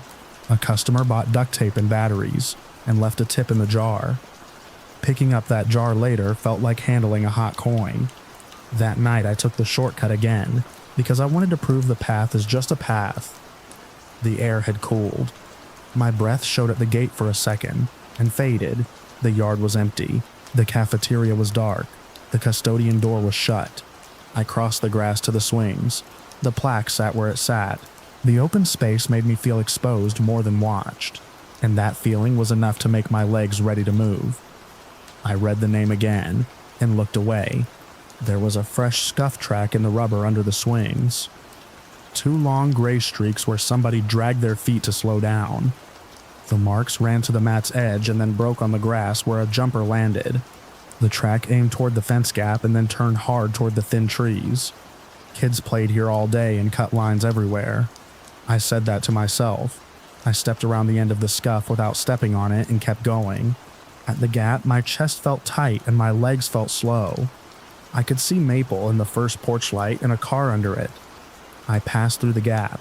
Behind me, the swing chains made a short metal shift, the sound they make when a seat hits its stop after someone gets off. It lasted 1 beat and stopped. I turned and looked. Nothing moved, no person, no wind. I walked to the curb, looked back once more, and then went home with my hands in my pockets. The case stayed a case. The police tip number stayed on the laundromat bulletin board. A Facebook group reshared the same news clips every few months. In between, kids swung and dragged their feet and left fresh-looking marks. The ribbon faded and someone replaced it. The plaque kept catching light at night and little hands during the day. I walked that yard for another year. I learned its sounds. The neighbor's dog bark bounced off the school wall and came back a second later. The third swing had a loose link and clicked under the right wind. A squirrel used the chain link like a ladder and made a scritch sound climbing it. Once or twice the cafeteria door slammed when someone let it go. When a sound had a plain cause, I gave it the plain cause. When a sound didn't repeat, I filed it as a one-off and kept my pace steady. I stopped at the plaque more often. I read the name and the dates, and the word beloved. Sometimes I said the name in my head. Sometimes I didn't. I didn't leave flowers or notes. I didn't know the family. My connection was the path, the store, and the plain fact that this happened here at night. It stayed unsolved. The person who did it stayed unknown. The yard stayed open to children by day, and to me by habit at night. The words stayed bolted where a child could touch them, and then go swing. I get why some people don't like memorials where kids play. They want clean lines between what happened and where children dragged their feet to stop. I also get why it was there. The school said yes, the town said yes. The memorial made the past sit in the grass with the present, while the lights went on and off. It wasn't a story with a neat catch or a reason pinned to a board. It was a line in a ledger that never closed. One night, a maintenance truck idled by the cafeteria. The custodian strapped folding chairs in the back. He nodded at me. I nodded back. The headlights lit the swings and the plaque. The metal glowed. I stood in it for a moment and read the name again. The third chain clicked once, and then went quiet. The custodian killed the lights. The yard went back to ordinary night. I walked to Maple with my keys already in my hand. There's no twist. A married couple died in their home at night. One ran and didn't make it. No one was ever charged. The school approved a plaque beside the swings at kid height, and children read it with their mouths moving and dragged their feet in the rubber to stop. I cut across the yard because it's the fastest way home, read the name because I can't not read it, and carry it with me when I reach the curb and turn toward my door.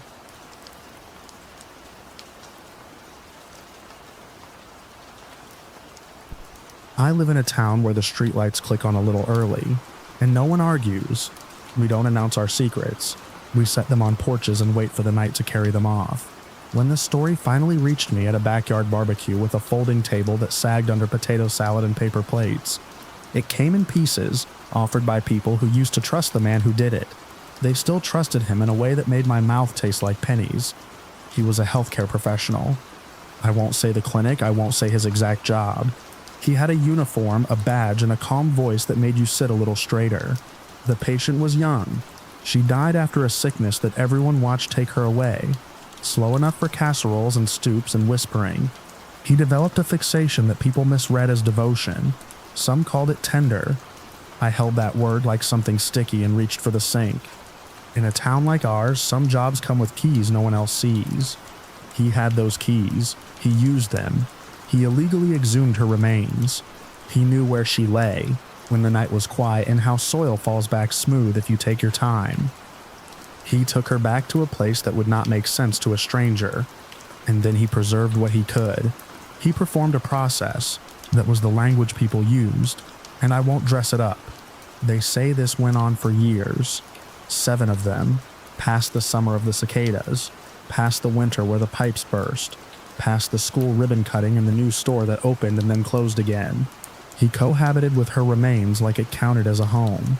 He watched seasons change, and measured time by the slow failure of what he had stolen. No one in authority did anything about it when they found out. I will come back to that. I think about it when I brush my teeth, my mouth foaming, and I cannot swallow fast enough. The first time I heard his name tied to a rumor, I wrote it on a sticky note and slid it under the salt in my kitchen, because I am the kind of person who files facts before I decides what to believe. When the story grew legs, I moved the note to the inside of a cabinet door. I told myself I would toss it the moment someone official stood up and told us what to think. That never happened. The note yellowed. I did small things that looked like not caring. I went to work and filed forms. A license renewal bounced twice because the state changed the portal and didn't tell anyone. I called the clerk, sat on hold and listened to a piano loop that skipped in the same place. I made grocery lists and left them on the counter where they did no good. I said I needed a calendar just to manage my calendars, and people nodded like that made sense. I saw him at the market on a Saturday, because the market is where everyone you avoid finds you. He stood near the produce, thumb testing a tomato. He saw me, and I saw him see me. He asked how my mother was, and I said she was fine. I was holding a bag of onions that felt heavier by the second. I said the prices made me wish I ate 8. Air. He told me the trick was to buy in bulk. He always had an answer that sounded harmless. The first confirmed escalation came that afternoon. Backhoe tracks cut across the cemetery grass. I stood by the chain-link fence and watched 2 groundskeepers stare at a patch of soil that had been lifted and replaced. One held a shovel. The other kept his hands on his hips, his shoulders pinched up. They didn't see me. I didn't call out. The wind ticked through the fence. I knew I would never make another small joke within earshot of his name. He took her. He preserved her. He lived with her remains. Inside a space people would recognize if they knew the right door. He made it look like care. He cleaned. He arranged. He wore gloves. He turned down the thermostat when he left. He used supplies he could explain with receipts from his professional life. Each night he told himself a story that made sleep possible. I don't know why it worked for him. I only know that it did. He did not hide forever, though I'm not sure he meant to get caught. He grew careless, or someone finally listened to their own unease. Discovery, in the end, was not dramatic. A neighbor noticed the wrong smell on a still day. A coworker saw an order for chemicals that didn't fit any chart. Someone opened a door and reached for the wall because the air changed. A switch clicked, a light hummed, then silence. When the authorities entered that place, they found exactly what they should have feared.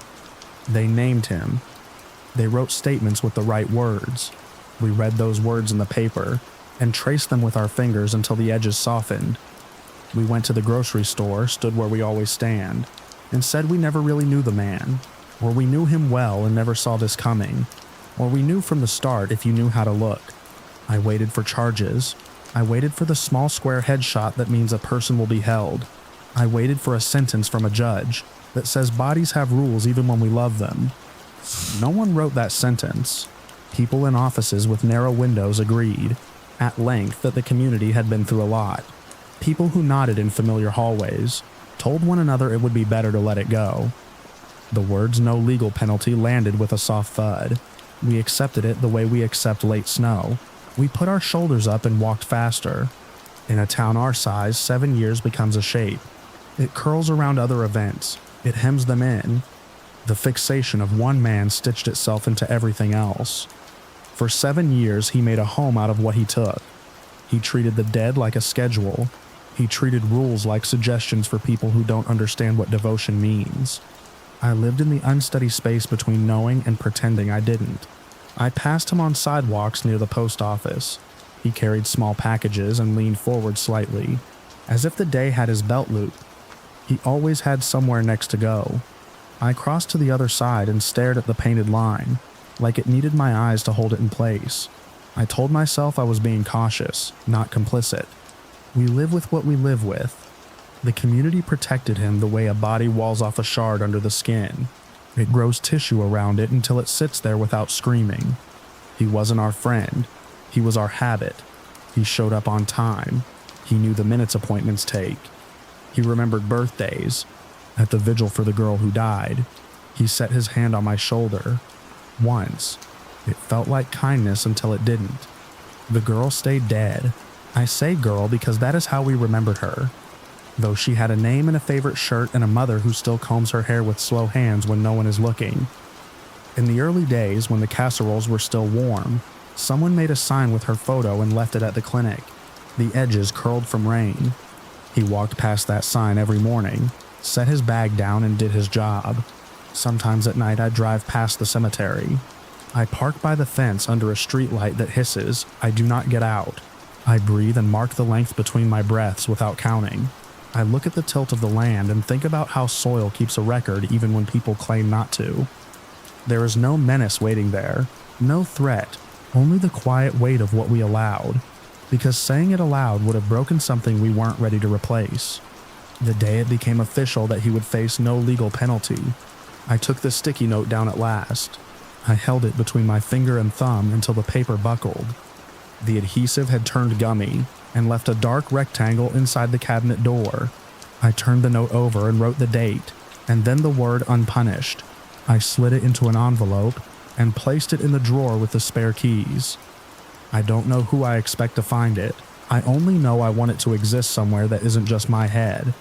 I have tried to measure how this changed me. The notes I make slide out from under the pen. I move through my house, touching the objects I am sure are mine. I check the locks twice. I talk to my mother on the phone, and we keep to safe subjects.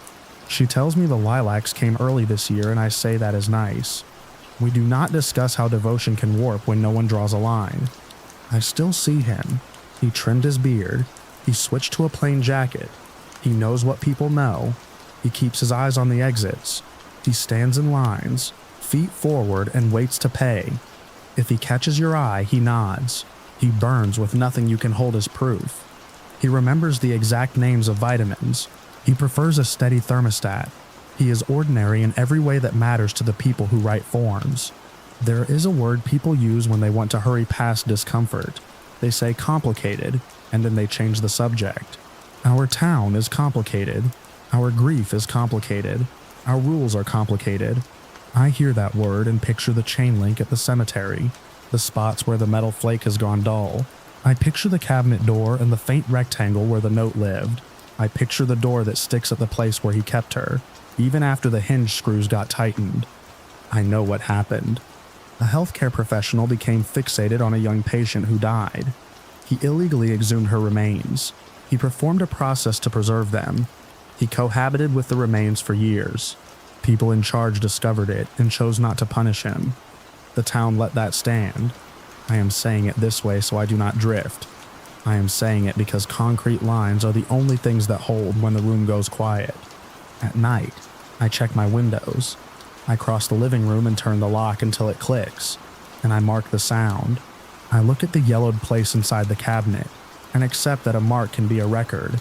I sit on the edge of my bed and lay my hands flat on my thighs. I say her name. I do not say his. I am not protecting him. I am protecting the small, stubborn belief that a name can still belong to a person who is here and is not, and that a town can learn to keep the line between care and control, bright enough to see even when the streetlights come on early, and no one argues.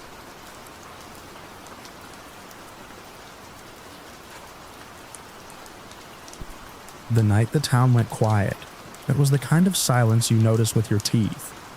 The usual hum was gone. Fridges ticking behind thin walls, porch chains biting metal, the freight trucks on Route 6 that made the windows talk. I listened until I heard only the prairie wind and my own breath. Morning showed me what changed. Lawn chairs waited in pairs like someone stood up and never came back. Kitchen counters held half-eaten bread. Mailboxes gaped with grocery circulars curling at the corners. The people who left took what you'd grab without thinking. Wallets, wedding photos, the dog's collar, but they left the big stuff. Sofas, freezers, a piano nobody had played since the bicentennial with its lid up, polite and ready, televisions unplugged with cords thrown behind them, a single boot in one driveway, and its mate 2 streets over. It looked like a chore list passed hand to hand with the same line underlined twice. Go now. By noon, somebody had a number. The butcher's wife checked houses, writing a tally on a grocery envelope. She checked again because the first number felt wrong, and the second number felt worse. City Hall wrote a percentage on the whiteboard under meeting schedule. Someone's shoulder smudged it on the way out, so the tail of the last digit dragged into a comma. At the grocery, the clerk scanned batteries and candles without raising his head. He bagged them soft. He asked if I needed matches, as if the question might fix something. News vans rolled in from the interstate. Their tires made dust out of the gravel at the 4-way stop. They parked outside the diner and asked the same 5 questions until people's voices got flat. The state sent men in short-sleeved shirts who handed paper to our mayor, and didn't look up when he looked over their shoulders. Later, a federal team took our community room at the library and drank our coffee. They stood in front of cameras and said there was no cause for alarm. They said ongoing. They said developing.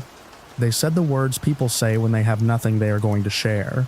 We started to tell each other what we had seen, and the same story came out with more shine on it every time. Someone said the ones who left were part of a program with no name. Someone else said they had been practicing leaving for months, the way geese hop at the edge of a field before they lift. A bus sat behind the feed store once with the engine on and no markings, and the memory of that bus swelled to the size of an answer. We stacked evidence that didn't weigh much. The more we said it, the more it all lined up in the air. Memory made its own geometry. The Strauss boy said he saw two stars blink in tandem and then blink out. I remembered a sound I didn't hear, a clean absence like a light the moment it pops, and you realize the room is dark. Mrs. Rathbone said the cicadas went out for one beat and came back in a different key. We held on to our pieces. We tried not to rub the corners off with handling. The ones who stayed learned new manners. I watered the geraniums in the house across from mine and closed their curtains at dusk, then opened them in the morning. It felt wrong to let a room stare all day. Kids played house in homes with living room furniture strong enough to last forever. Father Morris preached to fewer people, and folded his vestments slow in a sacristy that smelled like lemon oil and dull brass.